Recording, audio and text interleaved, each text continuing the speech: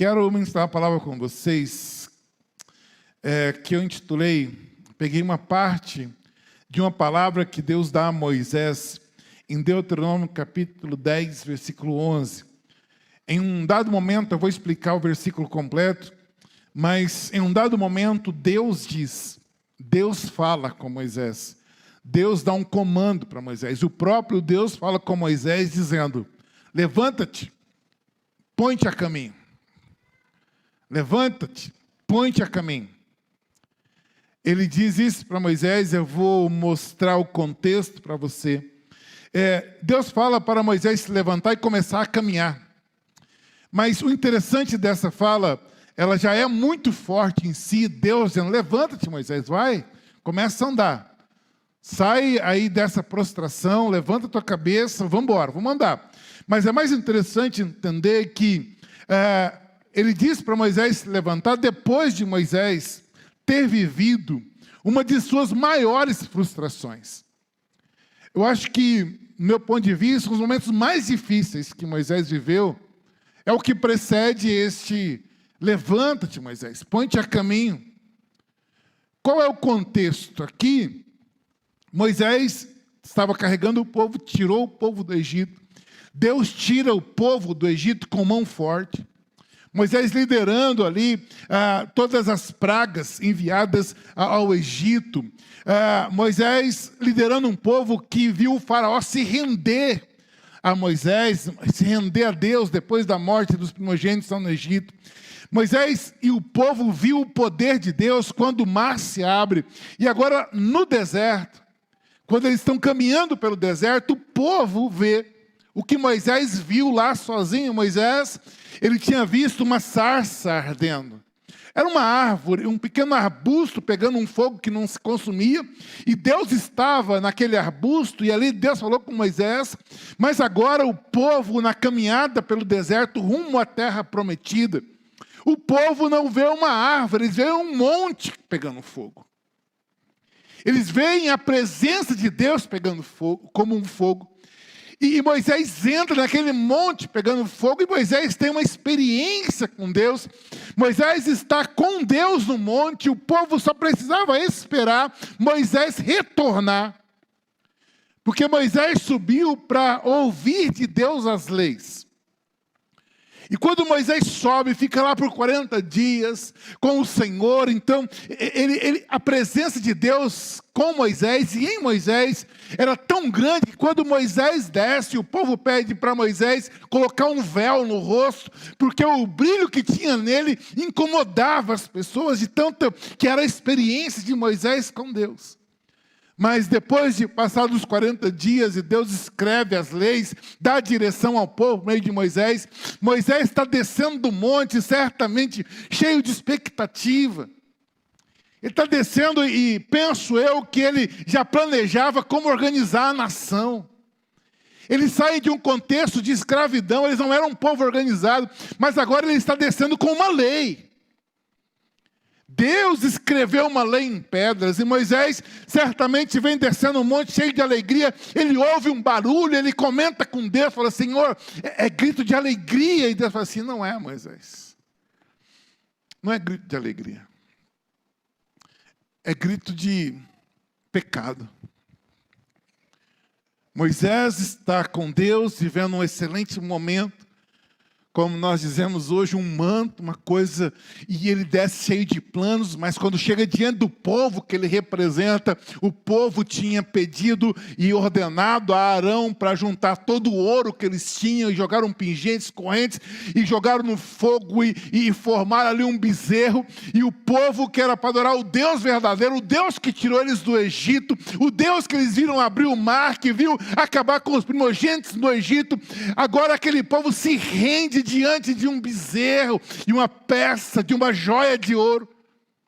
E lá vem Moisés com Deus, cheio de expectativa, mas agora o que ele encontra é um povo adorando a um bezerro. É frustrante ou não? Moisés vem, cheio de ideias, cheio de planos, mas se depara com um quadro completamente diferente, com algo totalmente fora. O povo estava completamente desviado de Deus. O povo se afastou do Deus que ele tinha ministrado, mostrado a eles. Ele desce e o povo está desviado, prostrado diante de um bezerro de ouro.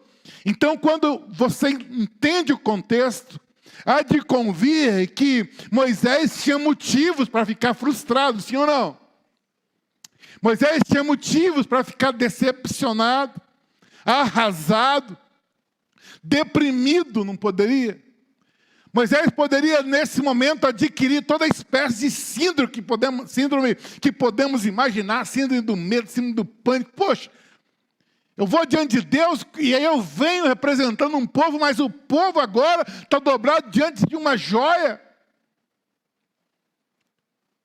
O povo, nesse instante, tinha passado de todos os limites. E isso recaiu sobre Moisés. Tinha um líder frustrado.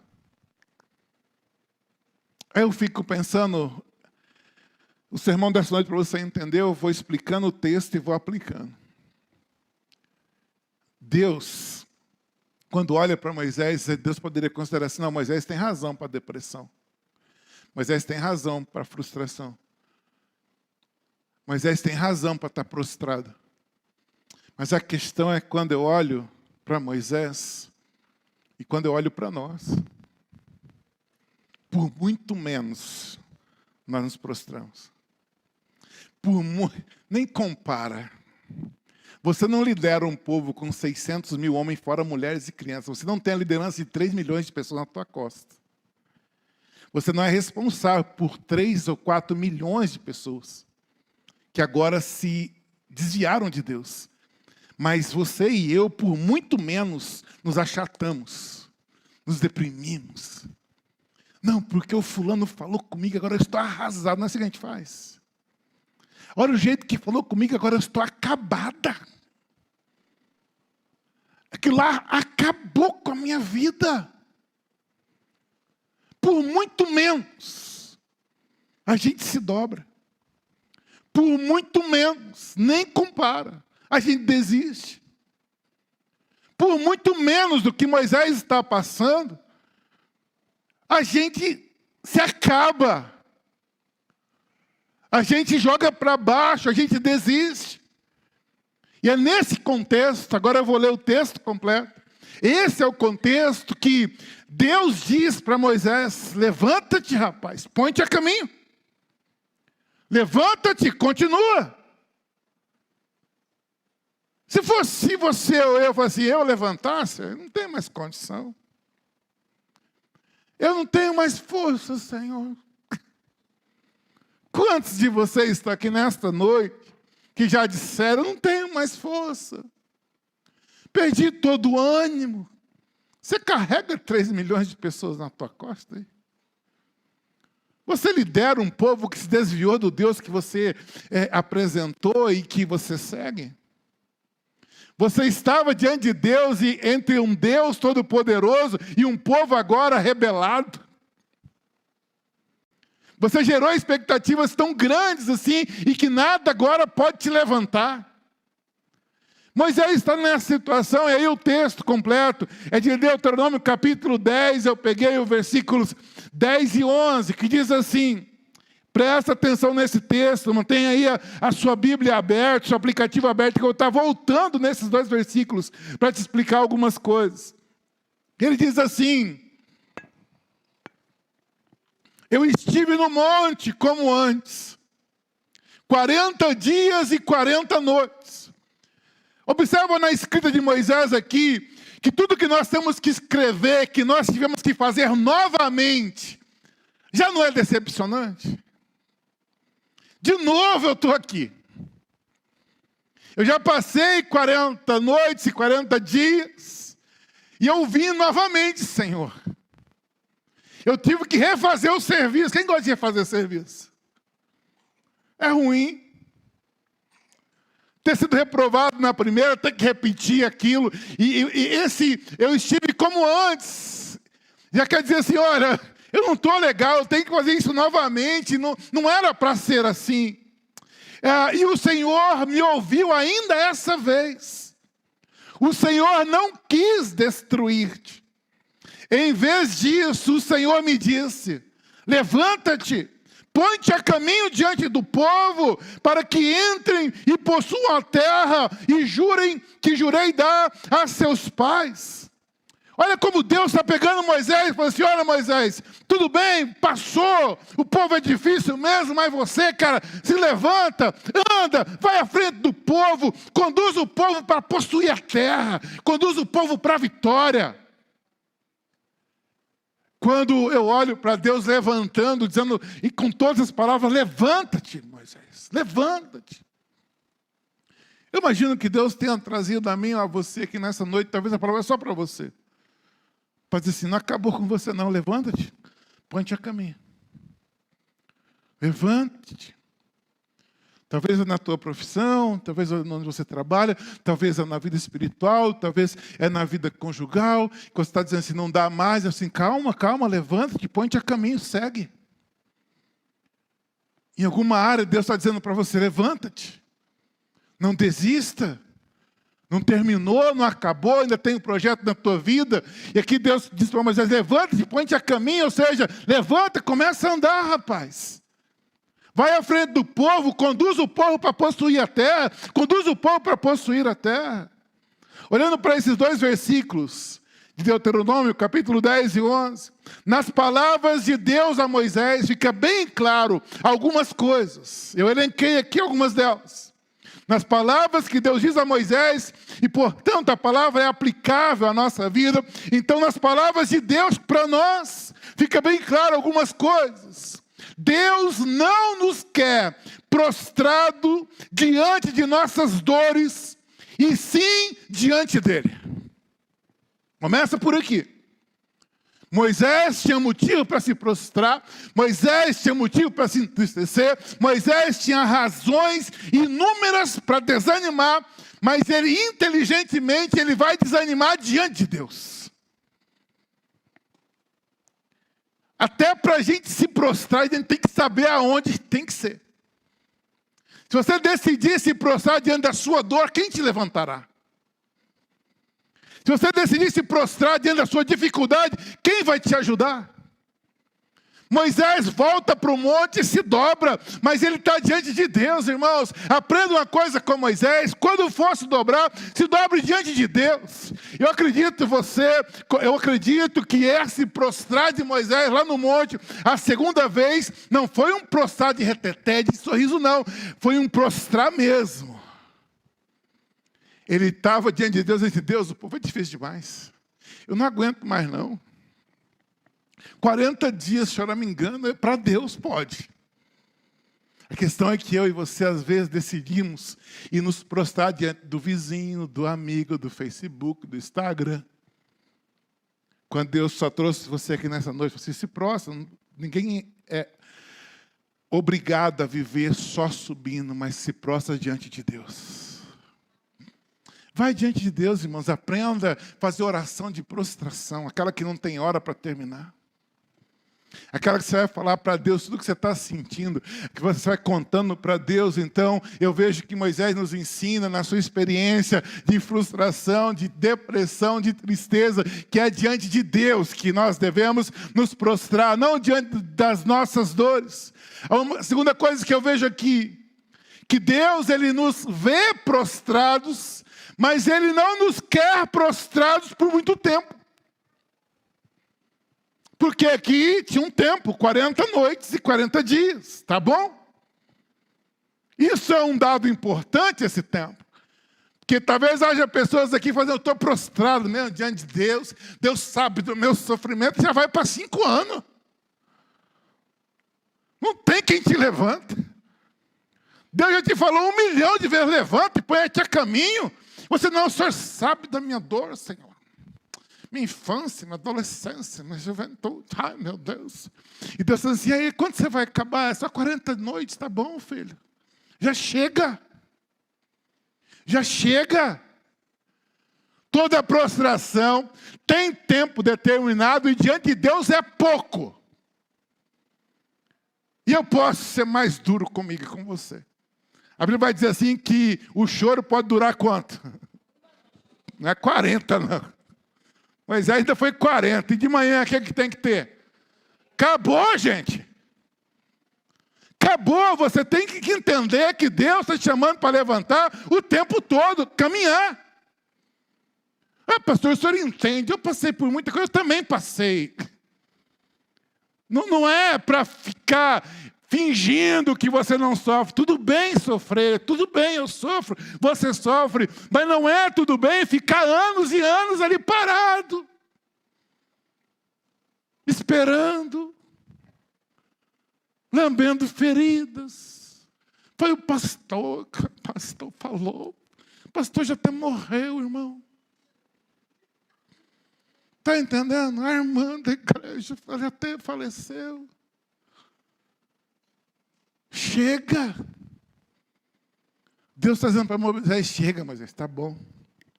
Já entendi tudo, o povo é de coração duro mesmo, fez o bezerro. Tá bom, Moisés, tá bom. Desce lá, quebra esse bezerro, acaba com esse trem. Não quero você aqui 2 anos aqui no monte, não. Não estou te esperando aqui, não.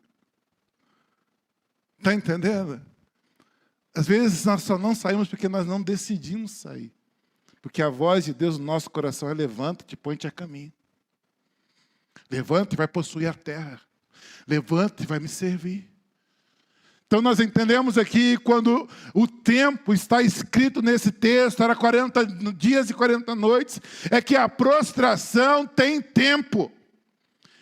Vemos esse texto também que Deus não desistiu de confiar em nós. E ainda tem planos para a nossa vida, o que surpreendeu Moisés. Que ele fala assim, ele não me destruiu. Olha que engraçado, ele não me destruiu. Pelo contrário, ele disse assim, vai e continua. Deus surpreende a gente. Quando você desistiu de você, Deus não desistiu de você. Quando você acha que não tem nada mais para entregar, não tem nada mais para possuir, não tem mais caminhada na vida, Deus diz, não. Você que pensa isso, o que eu penso de você é que você tem muito para fazer. Que Deus olha para nós, ele olha para Moisés e fala assim, não, mas eu não vou destruir não, fica tranquilo. Levanta-te, filho, vai possuir a terra. Vimos nesse texto que ele não desistiu de Moisés e não desistiu de nenhum de nós. Se você crê nisso, diga amém. Vimos um texto também que Deus não deixou de ouvir nossas orações. Porque no versículo 10, Moisés se surpreende ao dizer assim, o Senhor me ouviu ainda essa vez. Por que ele disse isso? Porque ele estava pensando assim, Deus não vai me ouvir mais não. Não é isso? O povo virou a costa para ele. Deus não me ouve mais não. Talvez você seja alguém que virou a costa para Deus um dia, e Deus não me ouve mais não. Você diz assim, não, eu ouço tua oração. Mas ele fala assim, Deus me ouviu mais uma vez. Deus continua ouvindo suas orações. Dá para ver nesse texto que Deus continua ouvindo as nossas orações. Vimos também aqui nesse texto que não é a vontade de Deus nos destruir, e sim nos usar para os seus objetivos. Porque quando ele começa o versículo 11, ele diz assim, em vez disso, em vez do que, irmãos? O que ele está dizendo? Em vez disso, diz o quê? Em vez de ele destruir-me, acabar comigo, acabar com esse povo. Em vez disso, Deus diz, levanta-te, rapaz. Às vezes nós cremos ou fomos ensinados de um Deus tão duro, um Deus tão radical, um Deus tão cruel, que você pensa assim, às vezes, eu estou 2 dias sem orar, no terceiro dia, eu falo assim, ele não ouve minha oração, não, eu estou 2 dias sem orar, gente. Talvez você foi ensinado de um Deus que fica contando, que fica olhando para você e você agora pensa que Deus é tão radical como você se tornou. Se não for no teu tempo, não funciona, mas Deus não é como você, amém ou não, amém? Ele continua ouvindo a tua oração. Ao invés de destruir você pela besteira que você fez, Ele fala assim, não, levanta, vai. Eu continuo com você. Eu continuo contando com você. Eu ainda quero você. Eu tenho coisas para você realizar para mim. Aí nesse texto, eu estou falando só de 2 versículos por enquanto. Eu ainda consigo olhar para esse texto e enxergar que Deus não dá o que merecemos. Quando Ele diz assim, em vez de me destruir, Ele me diz para me levantar e continuar. Isso prova que Deus não nos dá o que nós merecemos. O que era para acontecer com o povo era isso, a destruição. Mas Deus, Ele nos surpreende, porque Ele não dá o que nós merecemos. E isso chama-se graça de Deus. Graça de Deus é você receber o que você não merece. Eu pisei na bola mesmo, eu estou desanimado mesmo, eu não tenho mais força, eu acho. Mas Deus está dizendo assim, não é o que você pensa, não é o que você merece, é o que eu tenho para você. E o que eu tenho para você é, levanta-te. Levanta-te, põe-te a caminho, vai possuir a terra. Possuir a terra é prosperar. Quando você lê o capítulo 11, lá vai ter uns textos assim, aonde você puser os pés, será teu. Se é você, assim, pés desse que conduziu um povo que fez bezerro, esse pé não merece mesmo. Mas Deus não dá o que nós merecemos. Às vezes você está tão perto de se tornar uma pessoa completamente próspera, alegre, feliz, mas você ainda está sendo acusado porque você acha que não merece.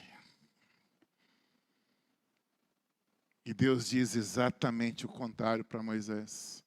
Levanta-te. Chega de férias. 40 dias choramingando, tá bom. Já deu para você. Agora vamos produzir. Agora vamos andar. Após essa nova experiência no monte, onde Deus novamente escreveu as leis nas tábuas de pedras que Moisés preparou. Isso aqui, nos versículos anteriores, do 1 ao 10, você vai ver que Moisés levou as pedras novamente, Deus escreveu novamente, Moisés ficou lá 40 dias novamente, e Deus disse, agora levanta, meu amigo, vamos andar, vamos trabalhar, eu tenho o que você fazer para mim. E aí, depois disso, Deus fala de expectativas que Ele tinha a respeito do povo, e isso tem a ver conosco. Num versículo só, ou seja, melhor, em 2 versículos, no versículos 12 e 13, Deus fala de 6 expectativas que Ele tinha a respeito do povo dele. E essas mesmas expectativas Ele tem a nosso respeito. Deus espera coisas de nós. Se você foi ensinado a crer numa Bíblia, que você vai lá só pegar o que você quer, você foi ensinado errado. Porque a Bíblia é mais um livro de saber o que Deus quer de você. Quem esteve nas aulas de teologia sistemática, quando eu falei do Espírito Santo, essa é a verdade, não é o quanto você vai ter do Espírito Santo, é quanto o Espírito Santo vai ter de você. E aqui nesse versículo, do versículo 12 e 13, é muito claro, já começa na primeira expressão do versículo, que diz assim, e agora, ó Israel... A Bíblia se lê assim, ó, irmãos. E agora, ó Edson. É assim que se lê a Bíblia. O Edson é o Israel de Deus. E agora, ó João, ó Maria. E agora, ó Israel. E agora, ó Edson. O que o Senhor teu Deus pede de ti. Sabe aquelas escritas que começam com uma pergunta para Deus responder? E agora, Edinho? No meu caso, minha família é Edinho, né? O que é que Deus pede de você, rapazinho? Pastor, que Bíblia é essa, pastor? Eu gosto na Bíblia para ver assim, o que eu quero de Deus. Não tem as caixinhas de promessa? Você isso, você aquilo, só recebe. Não, esse versículo aqui deve estar errado. Que está dizendo assim, o que é que Deus pede de ti? O que é que Deus espera de você? Aí tem uma lista aqui de 6 coisas. E o texto segue. Não é que temas o Senhor, o teu Deus, que andes em todos os seus caminhos, e o ames, e sirvas ao Senhor, o teu Deus, de todo o teu coração e de toda a tua alma, para guardar os mandamentos do Senhor, e os seus estatutos, que hoje te ordeno, para o teu bem. Interessante, que às vezes nós pensamos que a gente vai fazer as coisas para Deus, para o bem de Deus, e não é assim. A gente vai atender a Deus para o nosso bem. Enquanto você vai atendendo a expectativa de Deus, você vai ficando bem. Isso não é uma ameaça. Olha, eu quero que você me tema, que você me ame, que você me sirva assim. Não é uma ameaça. Ele está dizendo assim, olha, eu espero de você isso. Eu vou aqui falar de cada uma das expectativas, mas entenda, eu espero de você isso, e isso não muda a mim, eu sou Deus, mas isso é bom para você. Isso é bom para você. Você fica bem. Irmãos, nós nunca pioramos servindo a Deus, nós sempre melhoramos servindo a Deus. É sempre melhor para nós estar servindo a Deus. Até ontem eu não conheço alguém que falou assim, eu abandonei a Deus, pastor, e ó, só a vitória. Eu olho assim, só mentira. Não é do externo, não é do Instagram que eu estou falando. Estou falando de meia-noite às 6 na tua cama. Está tudo bem? Que Instagram, meu irmão? O cara abandona a Deus e fala assim, estou no céu agora. Com as fotinhas só... Não é disso que eu estou falando, isso é mentira. Ninguém abandona Deus e fica bem. Porque Deus está dizendo, eu te peço coisas para que você fique bem. Eu tenho expectativas em você para que você fique bem. Ou você pensa que Deus precisa do que Ele pede aqui? Ele não precisa, irmãos, Ele é Deus. Ele é todo poderoso, Ele é onipotente. Eu estou fazendo isso aqui para Deus. Não, irmão, não é assim. Você está fazendo para Deus, mas é para o seu bem. Entende? Vamos lá, 6 expectativas de Deus que Ele tem em nós. A primeira, Ele tem a expectativa que nós o temamos. Deus quer que eu tenha medo dele, pastor? Não, Deus quer que você tenha respeito pela presença dele. Nos anos 90, quem é de lá? A Xuxa, né, ensinou as crianças a cantarem que o cara lá de cima. Nunca concordei, acho um absurdo. Eu não acho que ninguém tem o direito de chamar Deus de cara. Por mais íntimo que seja. Você tem uma noção, eu fico e eu canto, né? Mas para mim toda música só chamava Deus de Senhor, Senhor, Senhor. Então não ia dar rima com nada. Eu canto você, mas com temor. Porque eu não consigo olhar para Deus, para quem Ele é, e achar que eu posso chamá-lo de você, de cara. E não é que eu tenho medo, não, eu tenho respeito. Só que nós somos treinados a respeitar autoridades, pessoas importantes. Quem nunca esteve no ambiente e chegou uma pessoa que é bilionária e todo mundo fala assim, gente, um bilionário. Você temeu, respeitou.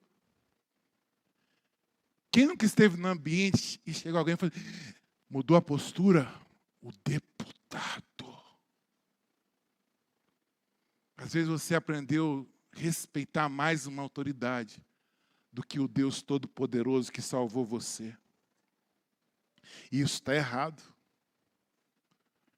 E Deus está dizendo assim, eu quero que vocês me temam. que você respeite a minha presença. A minha presença é muito boa, mas não me confunda, eu não sou menino.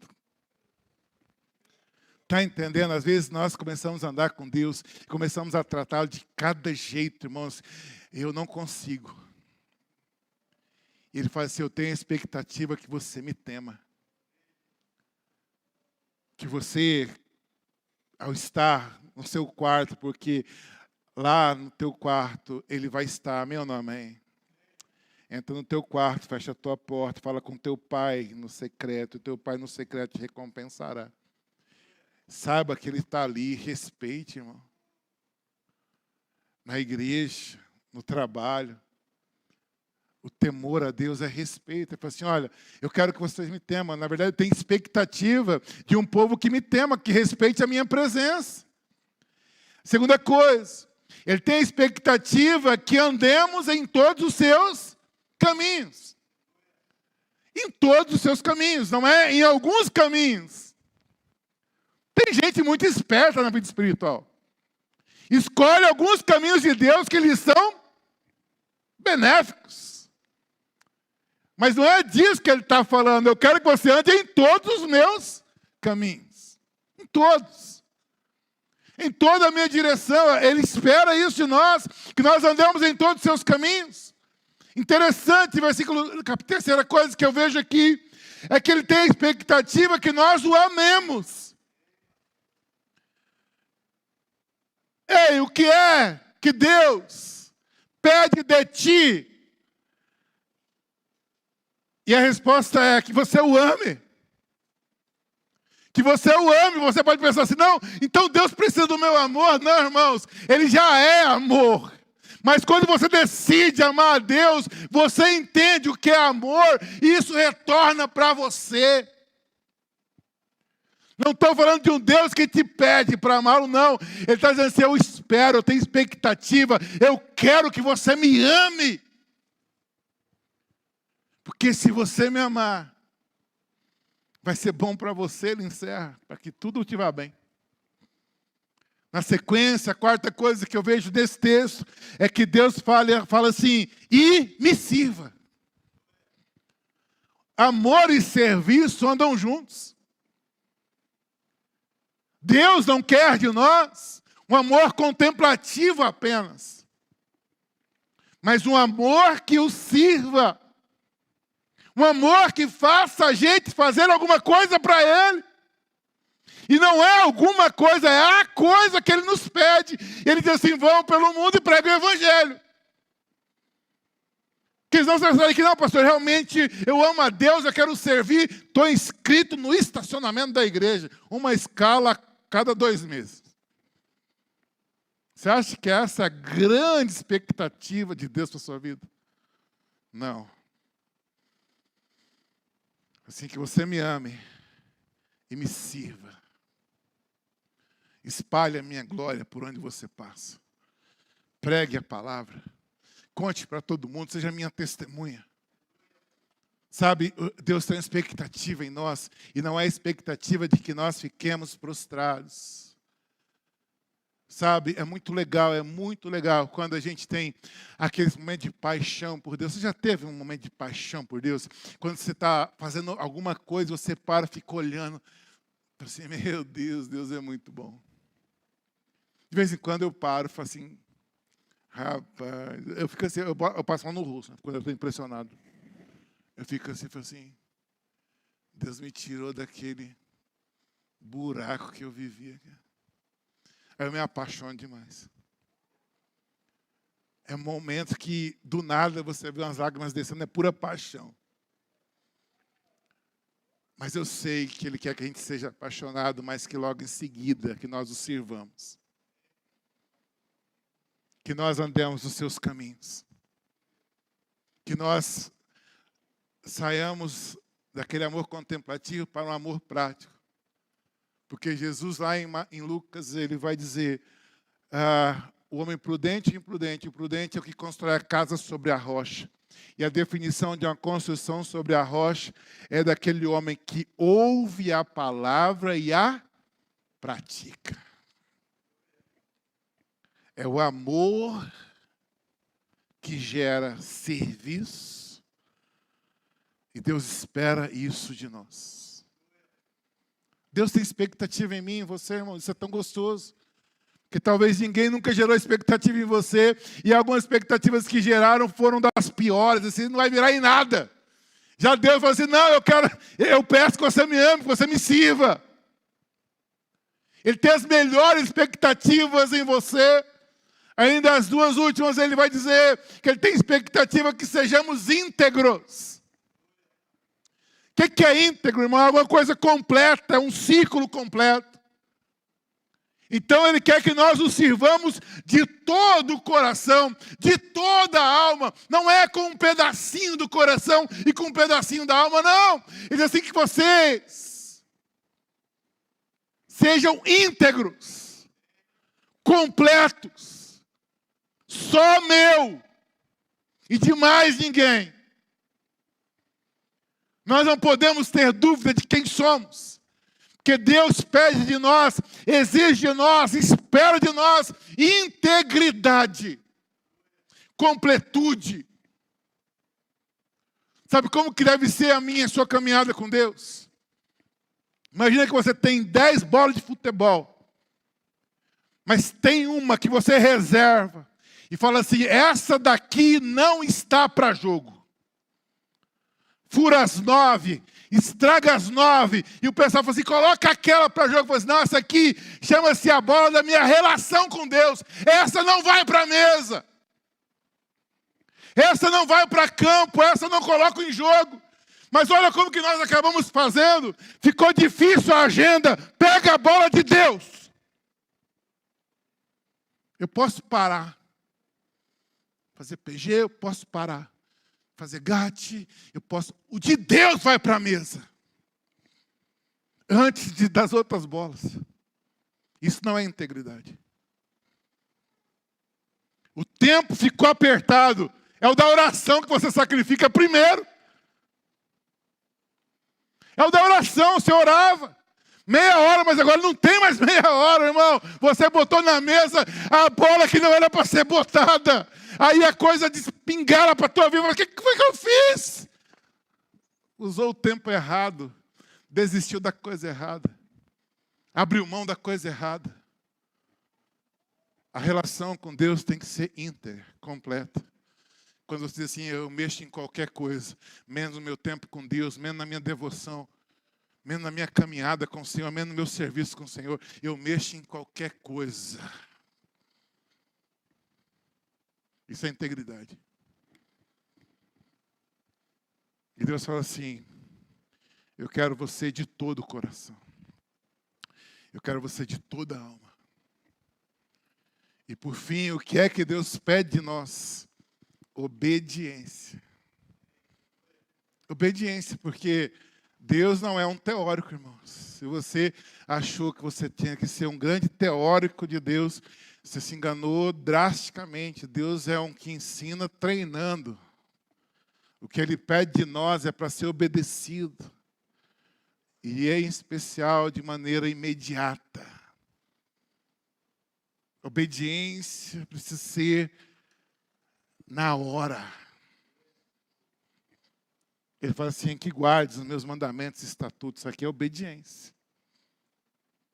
Isso em 2 versículos. Ele nos apresenta aqui 6 expectativas que Deus tem a nosso respeito. Logo em seguida, versículo 14, Deus expõe a sua grandeza. Isso aqui é muito legal.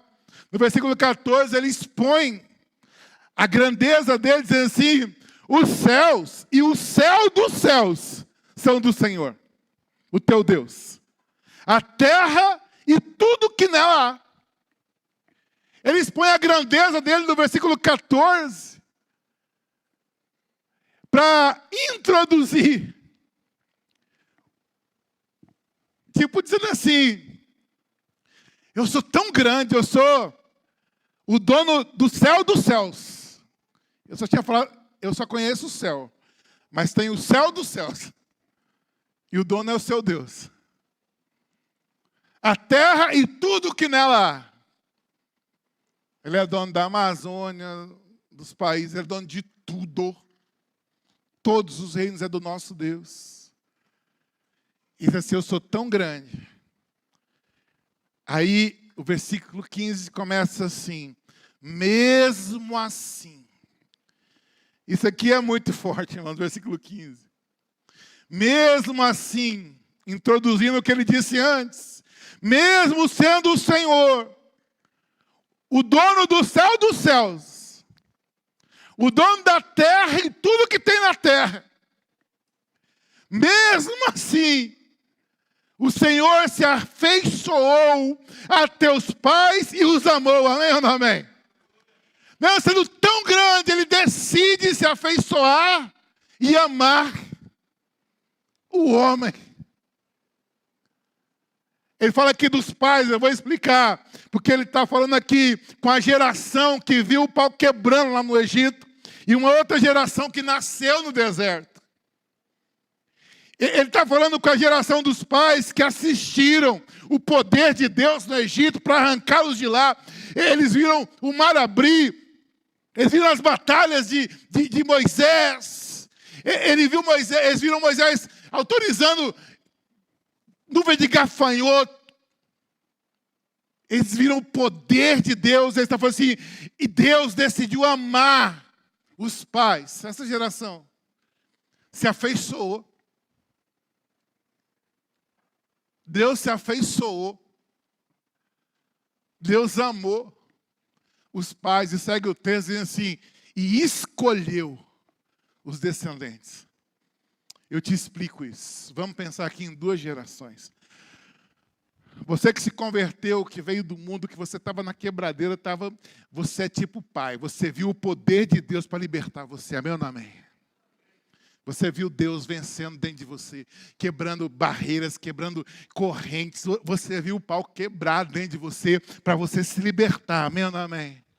Você é pai nessa situação. Mas o filho que você tem ou vai ter, criado na igreja, irmão, não vai ver o pau quebrar, não vai passar o que você passou. Deus se afeiçoou pela geração dos pais, amou a geração dos pais e escolheu os descendentes. Você está entendendo as palavras? Afeição de Deus, amor de Deus e escolha de Deus. Ou você foi alvo do amor, da afeição, se você é o primeiro da sua família, ou se você decidiu passar pelo Egito, você foi alvo da afeição de Deus, do amor de Deus, amém ou não amém? Agora os seus filhos já serão alvos da escolha de Deus. Não vai precisar passar o que você passou, mas eles saberão que eles são escolhidos de Deus. Eles são escolhidos de Deus. Então aqui aparece, apesar da grandeza de Deus, mesmo assim, sendo Ele o dono do céu e dos céus, o dono da terra e de tudo que nela há, sendo Ele tão poderoso, parte dele um sentimento por nós, afeição pelos pais. Deus decidiu se afeiçoar pelos pais, decidiu amar os pais e decidiu escolher a próxima geração.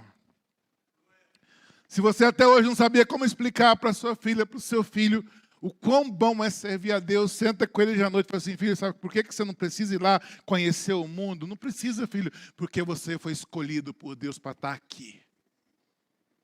Você já foi escolhido. E é cá entre nós, irmãos.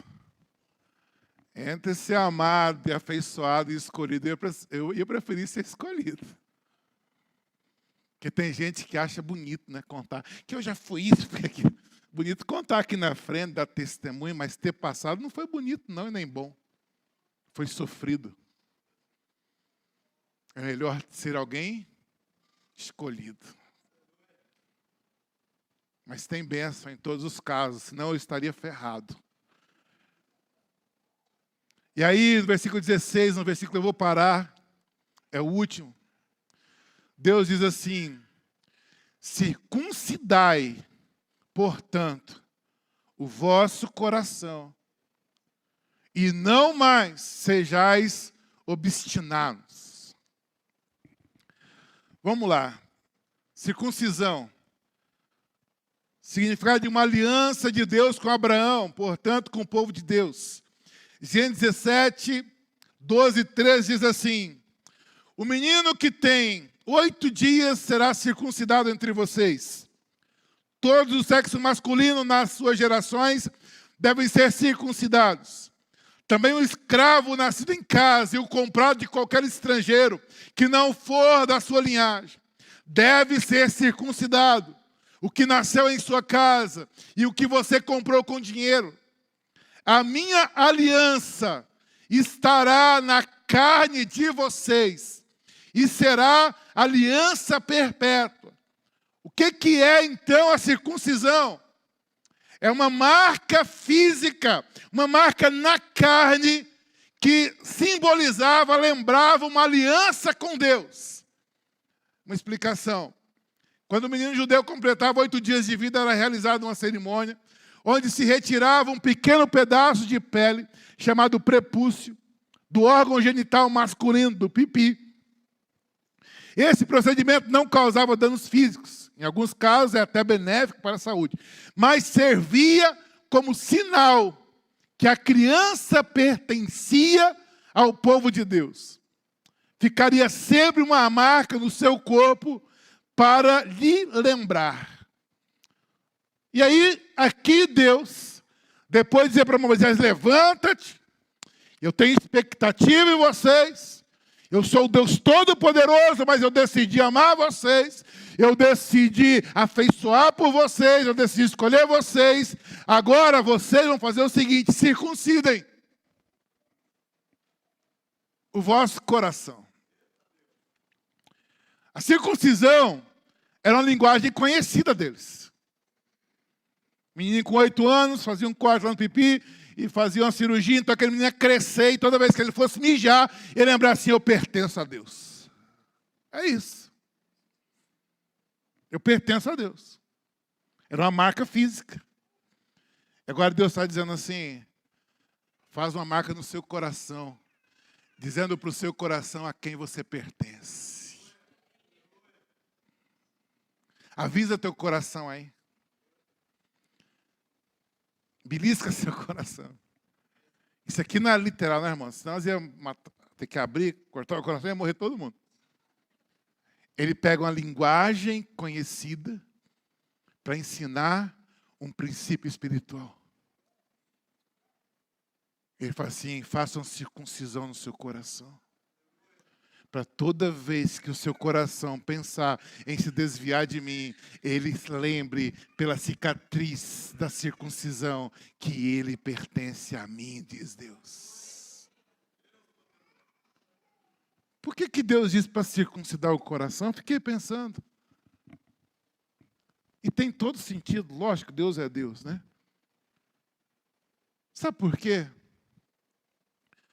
O primeiro que se decepciona, desiste, deprime, se afasta de Deus é o coração da gente. Sabia? Fulano estava bem na igreja ontem, agora não quer nem saber, não. O coração dele já tinha ido faz hora. O coração já tinha ido, irmão. Por isso que Deus diz para nós, circuncide o coração, viu? Que se você deixar esse seu coração sem saber quem é dono dele, ele vai fazer bagunça. E diz assim, circuncide o coração. Porque nós temos que ter atenção demais às coisas que deixamos descer para o coração. Porque quando o coração confunde o seu dono, ele acaba com a nossa vida. Quando você começa a achar que não pertence, quando você começa a achar que não é importante, acabou a tua vida, irmão. É por isso que Deus diz, circuncide o coração.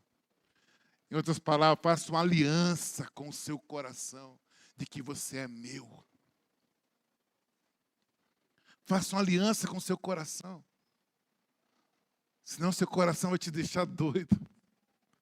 Avisa teu coração a quem você pertence. Diz, coração, nós somos de Deus, cara. Acabou para você. O coração, calma. Aqui tem dono, viu? Tá vendo a circuncisão aí? É que você é de Deus. Fique em pé no teu lugar, eu quero orar com você. Vou ficar por aqui, mas eu vou voltar nesse texto do ano que vem. Tem tanta coisa boa aí pela frente. Tem tanta coisa boa. Tem tanta verdade. A Bíblia é pela Bíblia, mas eu não estou indo para muitos textos. Estou ficando só no texto que eu coloquei no coração de ministrar para vocês e a mim. Estou expondo um texto. E ao versículo 16, no versículo 16, nós vamos parar aqui com um chamado de Deus para fazermos uma circuncisão no coração desta noite. Nesta noite.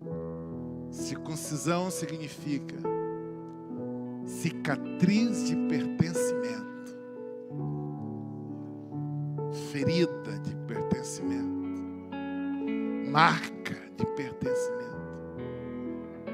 Eu queria que no mundo espiritual, se você tiver vontade, você diga para o seu coração: ó coração, eu estou te circuncidando, para você saber, camarada, que nós pertencemos a Deus. Você nem começa com essa história de querer me levar para longe, porque nós pertencemos a Deus, viu, coração? Está entendendo, coração? Estou marcando você nesta noite.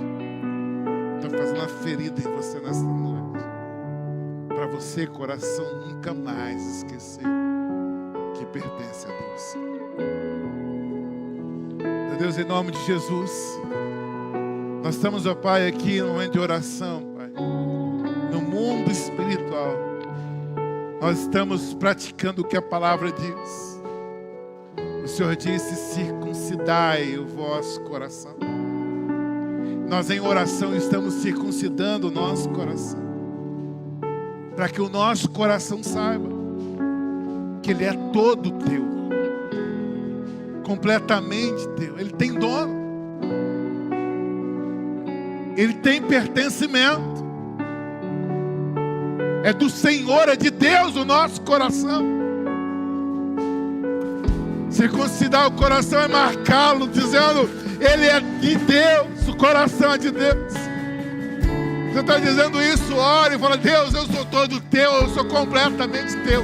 Não ficou nada no Egito, nada. Eu não tenho nada com o Egito, a minha vida é toda tua. E se em algum momento o seu coração quiser olhar para trás, lembra o teu coração que ele foi circuncidado nesta noite, marcado em aliança, marcado em aliança, marcado em aliança, marcado em aliança. O seu coração, o meu coração tem que ser marcado em aliança, marcado em aliança com Deus. Não aliança com meu amigo, não aliança com o meu poder, com minhas coisas no meu coração. É marcado com uma aliança com Deus.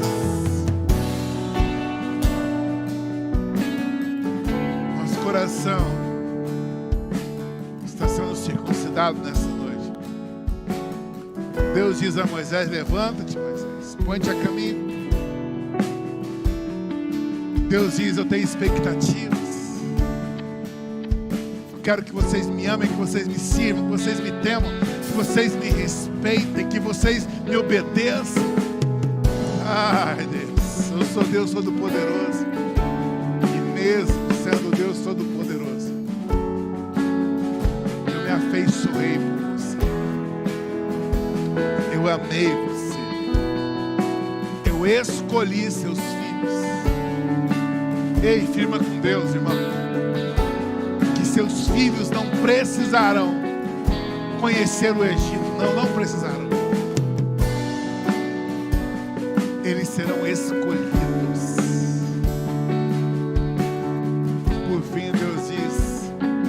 Circuncidai os vossos corações. Deixe de ser obstinado, teimoso. Deixe